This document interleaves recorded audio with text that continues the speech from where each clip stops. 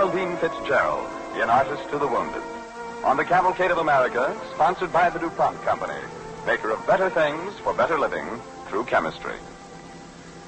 Springtime is home decoration time. The time to use DuPont Speed Easy to brighten up those dreary, winter-weary rooms. Speed Easy is an oil-type paint you thin with water and apply with a large brush or roller. It dries in less than an hour to a beautiful, rich finish. Then you're ready to use your room again. No long wait for walls to dry. Use Speed Easy for your redecorating this spring. It costs you less than $3 for the average room. It's Speed Easy, made by DuPont.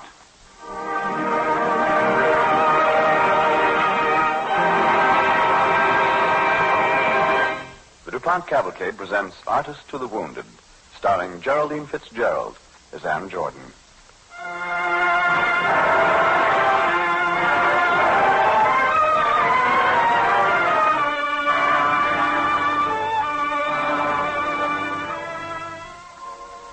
The day the bottom fell out of my world, I fell too. A long, long way. And I thought I'd never stand on my feet again. But I did, and that's my story. It happened early one afternoon in January. Miss Ann Jordan? Yes? Telegram for you. Sign here. Thank you. Thank you, miss. War Department. Sergeant David W. Anderson. Missing in action.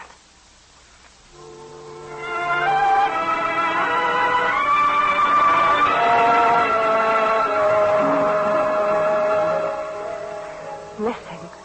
Dave missing. Gone. I realized only then how I'd clung to the thought of Dave all those 15 months he'd been overseas. My belief that he'd come back to me had made it possible for me to go right on working.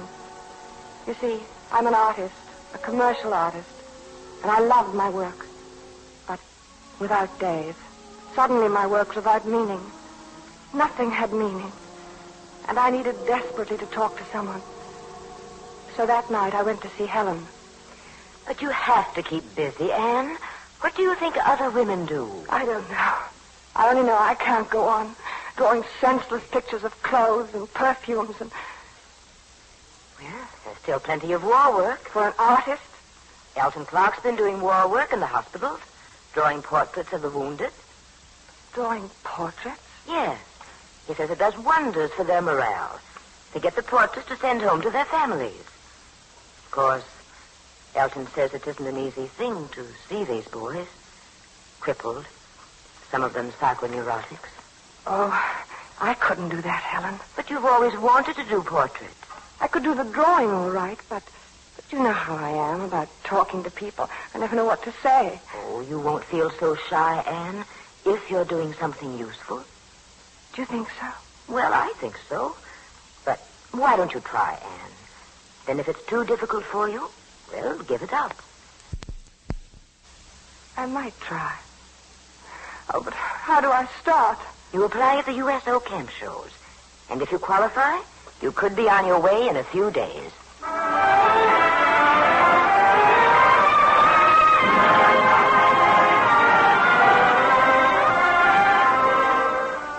In a week, I reached my first hospital. A special service officer took me to the traction ward. I went in nervously, clutching my pencils and sketch pad. And I suppose it was just bad luck that the first soldier I talked to was the cynic. Hello, soldier. Well, a doll. Would you like me to draw your portrait? You want to draw my mug? What for, the funny papers? No. You can have the picture when I finish. How much? Oh, nothing. It's free. I get it. The government pays you. No. I'm a volunteer. Yeah, sure. That's right. The USO camp shows arrange that I'm an artist, and well, I get a kick out of it. You're one of these lazy, no-good things with nothing useful to do, so it gives you a cheap thrill to come around to hospitals and see us guys all smashed up. Oh, but you're wrong. Because you're real fine. Now, this guy's got one leg. The Oh, other guy's no. got no hand. No. Another one can't see anymore. Oh, please stop. You know I don't feel that way. Sure, that's your racket. I ain't buying any, sister. Just go print your papers somewhere else. Well, don't you understand English?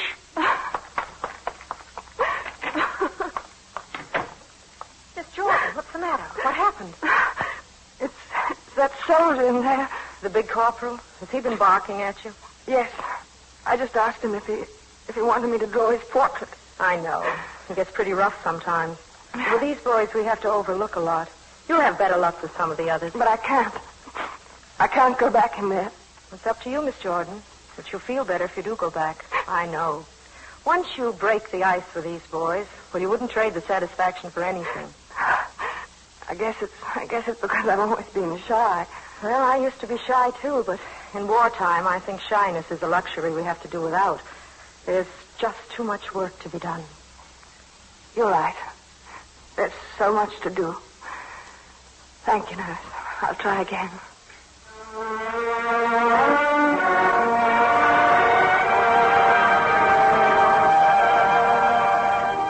You looking for someone, ma'am?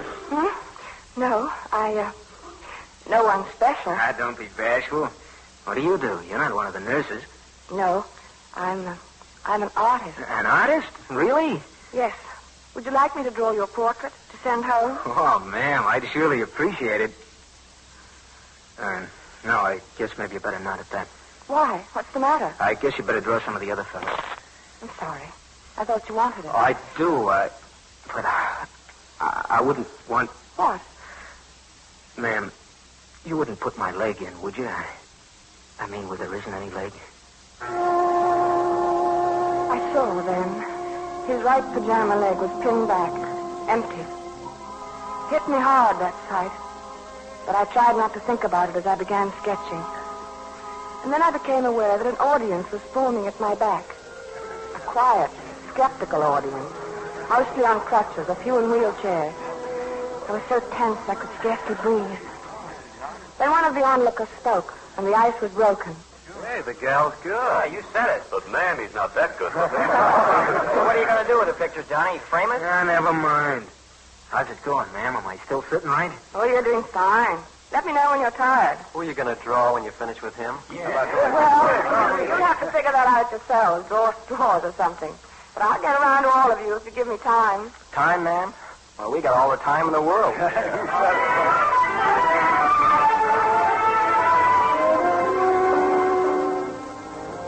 was a long, hard day. And while I was finishing my last portrait, I realized it had been hours since I'd thought about Dave. Deep down, there was still pain. But it wasn't so sharp, so unbearable. And I was wonderfully tired. I knew I'd sleep that night. I felt suddenly grateful to the boys who were still crowding around me. Don't tell me you're quitting after this one. What about me? I'll get around to you tomorrow. I think 8 in one day is my limit. Are you finished with mine yet? I think it's finished. And can I get copies of it? Oh, yes. The USO will make a photostatic negative. Then you can get as many copies as you want. Would you do something else for me, miss? Would you write across the bottom of it? Sure. What do you want me to write? Write, to the only girl in the world. I see. To the only girl in the world. There you are, soldier. And now would you have 15 copies made for me? That's all, soldier. Good night, fellas. Good night. I'll be back early. Good night. Well, that riding horse. You had a busy day? Busy enough. Yeah, I've seen. You had a great time with the Romeos in this war, didn't you? Romeo's? Yeah, them eager beavers. You ever tackled a real tough customer yet? Who are the tough customers? The Sykes. The guys who got what they call battle fatigue. I think they'd like the drawings, too. And I think it would help. Yeah. It'll take more than your doodling to help those boys. I just lay you plenty of odds, sister. You couldn't come within 10 miles of a guy like Harry. Who's Harry? He's my buddy.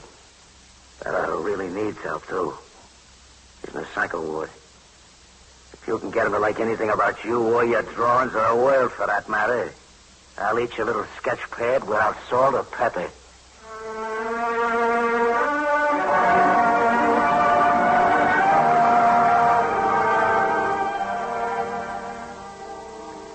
That night, I thought about the cynic, his bitter voice, and his hatred of me. And I decided to take up his challenge. The next morning, I went to the head nurse. Yes, I know who he was talking about, Miss Jordan. The corporal's very bitter about his friends. They were buddies overseas. Then, can I see Harry? Wouldn't be any use, Miss Jordan. There's simply nothing he responds to. But could I possibly do him harm? No. No, but failure may depress you again. It's difficult for a layman to accept or understand a neuropsychiatric case. I think I can stand it. Please, let me try. Well, all right, Miss Jordan. I'll arrange with the doctor. You can see Harry right after lunch.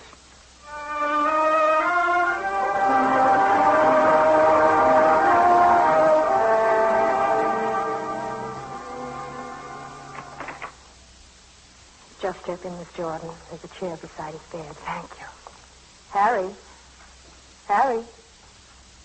Here's someone to see you, Harry. I don't think he'll answer, Miss Jordan.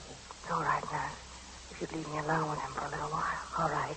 I think he'll be disappointed, but if you want anything, ring the bell. Thank you. Harry. Harry, the nurse told me you were from Minnesota. I started a picture this morning that's a little bit like Minnesota. A lake and a meadow and a hill. Would you mind if I finished it sitting here? You know, I think there's nothing more beautiful than the big pine trees growing down to a lake shore, like this. Or the green farms cleared out of the woods. Did you live on a farm, Harry?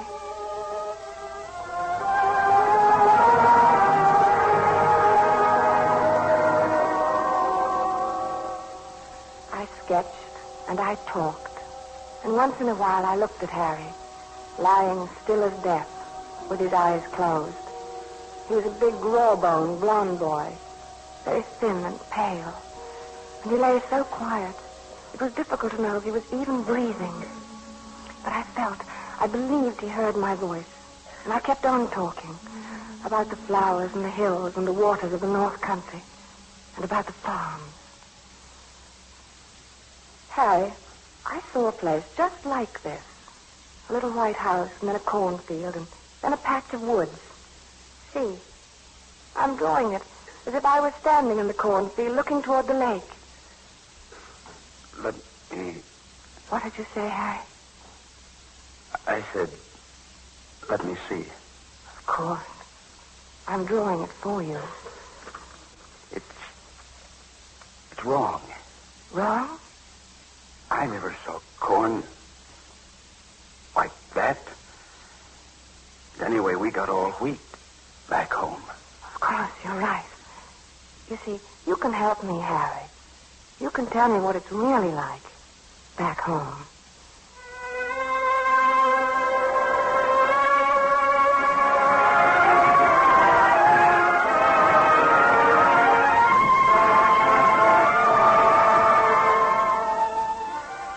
You are listening to Geraldine Fitzgerald as Ann Jordan in Artist to the Wounded on the Cavalcade of America, sponsored by the DuPont Company, maker of better things for better living through chemistry.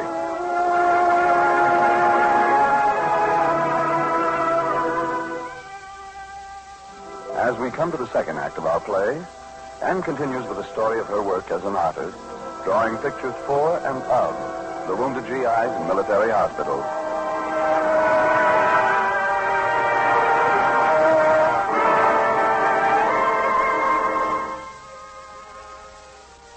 It was evening again when I went back to the traction ward.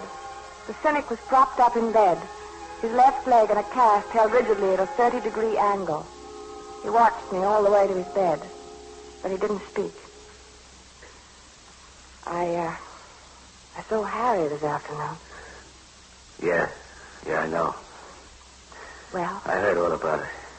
Well? I know you think I've been a first-rate punk. No. I think I understand you, Corporal.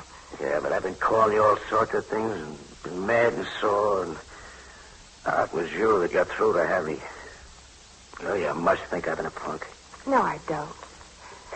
Look, tell me all about your outfit, the one that you and Harry were in together. Oh, well, it was the 36th Division. The 36th? Yeah, the good old 36th Infantry. Best outfit in the whole Army, too. That's the one that he... Oh, did you know somebody in the 36th? Yes. He's missing in action. Oh, now, wait a minute. Maybe the jury's took him a prisoner. Maybe he was wounded. No. They let me know of you in a hospital. What did you say your man's name was? Sergeant David Anderson. He was in Germany and... David Anderson. Tall, dark guy, sort of thin. Yes. Do you know him? Do you? Hey, wait up now. Don't blow your top. Was he a tech sergeant? Yes. Yes, he was. Sure. He used to call me old Pickle Puss. Yeah, that guy's not missing an action. I saw the medics carry him back from the lines.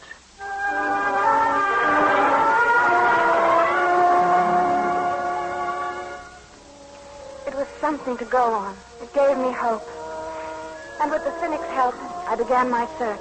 He made all sorts of suggestions to whom I should write and what hospitals I should visit. But it was several weeks and many hospitals later before I knew. I'm sorry, Miss Jordan. Sergeant Anderson doesn't want anyone to see him. But why? Is he crippled? Doctor, is it his eye? No, he's one of our neuropsychiatric cases, Miss Jordan. Oh. He's deeply depressed. Believes he's mutilated, that his face is badly scarred. Is it? There's a scar, yes. Looks like a pencil line. But his fears have made him believe that people will find him repulsive. Especially you, his fiancée. Oh, can't you make him see that... No, he won't listen. And he refuses to look in a mirror. His fears are deep-seated. Especially a fear of pity. If I could only tell him, maybe for me... No, you see, Miss Jordan, our only hope is that he completely trusts us. If we take you to see him, he'll think we betrayed him. And he won't believe you either. Doctor, I have an idea. I want you to let me try just one thing. Yeah?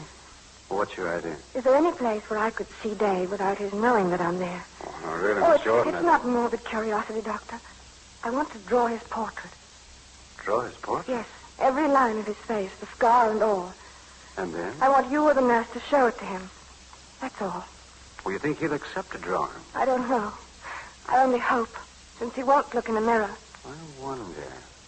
I don't see how it could do harm. I'm sure it wouldn't. Well, Miss Jordan, you come along. If Sergeant Anderson is on the sun porch, you can begin right now.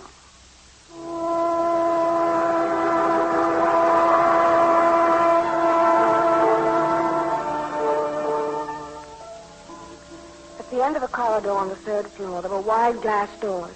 And beyond them was the sun porch where the wounded sat dozing in their wheelchairs. The doctor and I went through the doors, and then he motioned for me to stop behind a screen.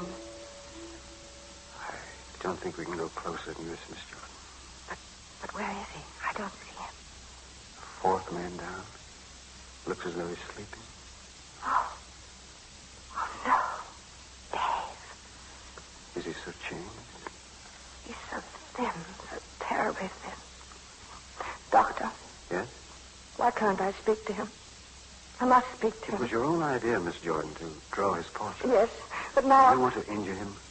Retard his recovery? Oh, no, of course not. Well, unless he's first convinced about his scar, seeing you will do nothing but harm. You misunderstand that. Yes, you're right. You're right. I'll try.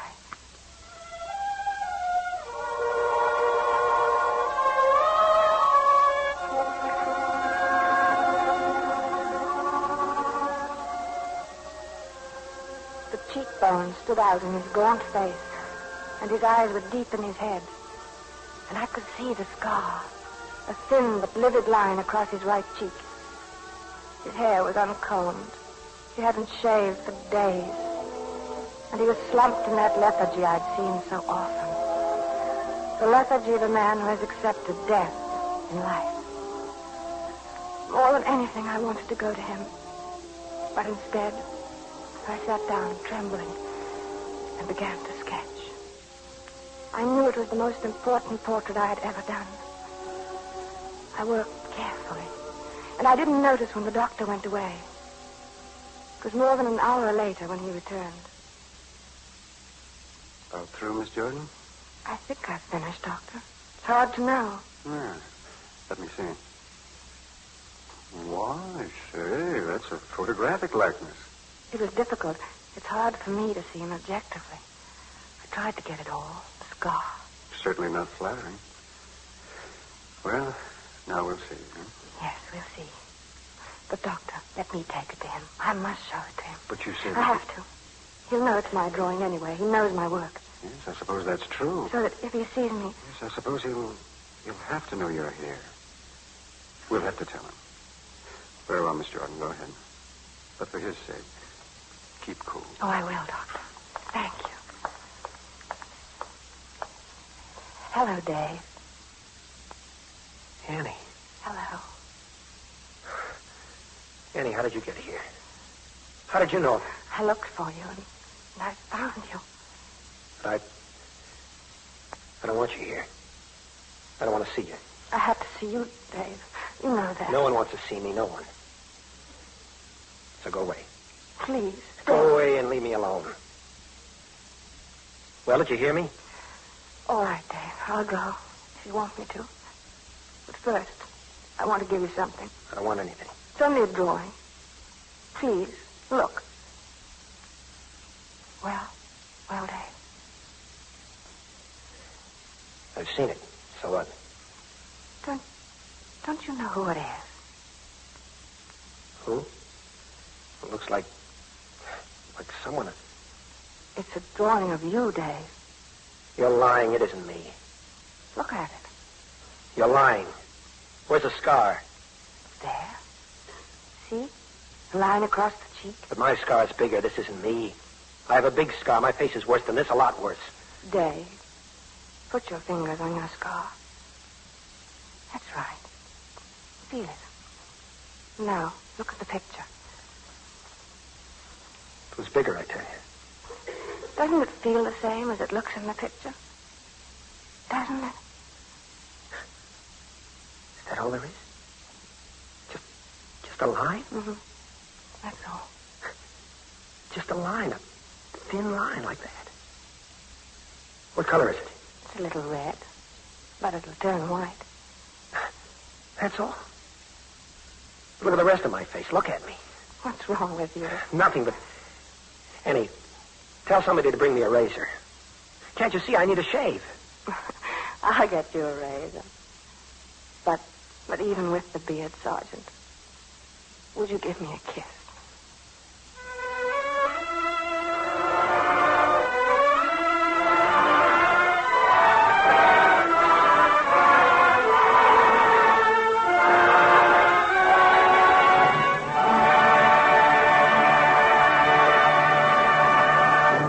Our thanks to you, Geraldine Fitzgerald, and to all members of tonight's DuPont Cavalcade cast.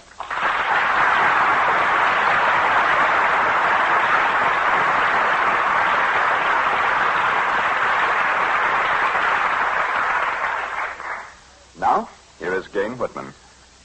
The P-80 Shooting Star, the new jet plane developed at Lockheed for the Army Air Forces, is said to fly 700 miles an hour. 700 miles an hour is almost 12 miles a minute, very nearly the speed of sound. At that speed, the air doesn't feel soft, as it does when a summer breeze gently touches your cheek. It feels, pilots say, like ramming at full speed into a pile of cordwood. The pilot is bounced and banged around inside the ship. The plane itself takes punishment, inside and out. This problem of moving objects through air at high speed is one our forefathers never anticipated. When the steam locomotive was invented, you may recall, it was gravely predicted that no human being would be able to live at the terrific speed of 30 miles an hour, because speed that great would draw the air right out of his lungs. Today, man is traveling at more than 20 times the speed of the early locomotives through the air.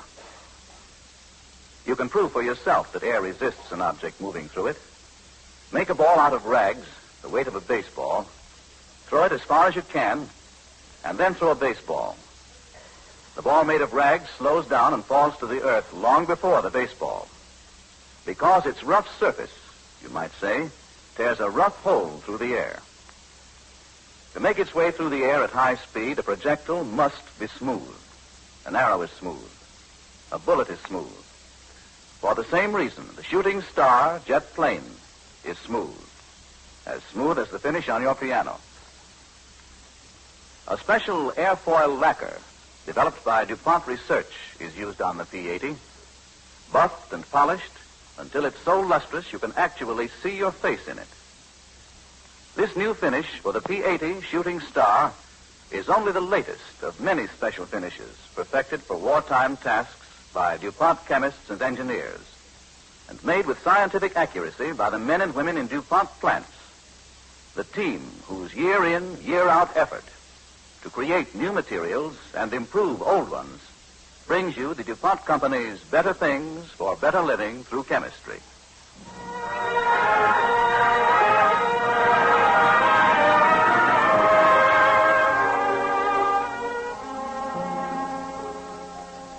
Let us not forget in this hour of victory in Europe that our battle is but half won. There is much more to be done, both abroad and at home, before America can return to the ways of peace. Let us rededicate ourselves to the things we must do at home, things that may have become commonplace in our thinking, but which are vital to our continued military success. Continue to be careful in the use of your car to save it from the scrap heap. Continue to save all the waste paper and fats. And most important, stick to your job. On this momentous occasion, we at DuPont pledge that we will not slow our effort 1 minute until the last gun is fired and peace has once more returned to all the world. That is the pledge and promise of the men and women who work for DuPont.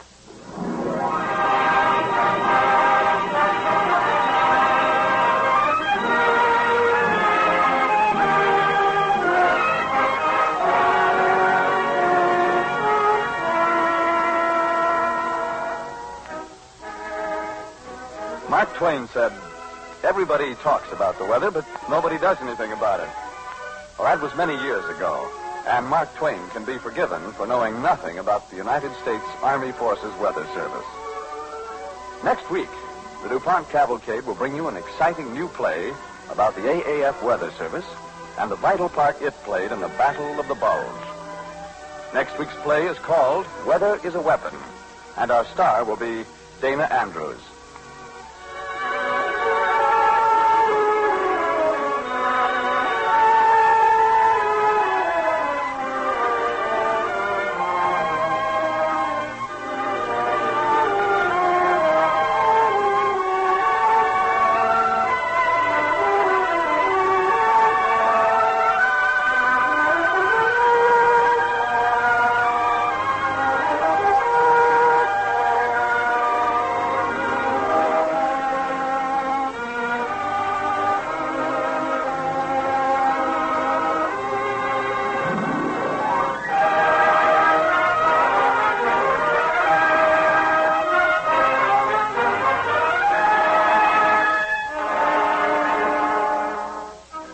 The music for tonight's DuPont Cavalcade was composed and conducted by Robert Armbruster. Our Cavalcade play was written by Bernard Rhymes and was based on materials supplied by USO Camp Shows, one of the vital agencies you help to support by contributing to your local United War Fund campaign.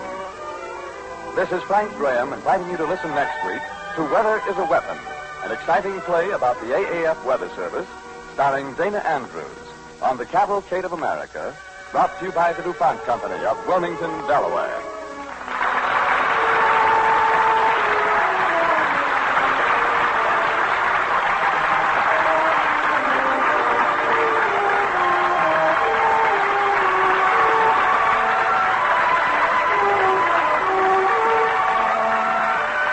This is the National Broadcasting Company.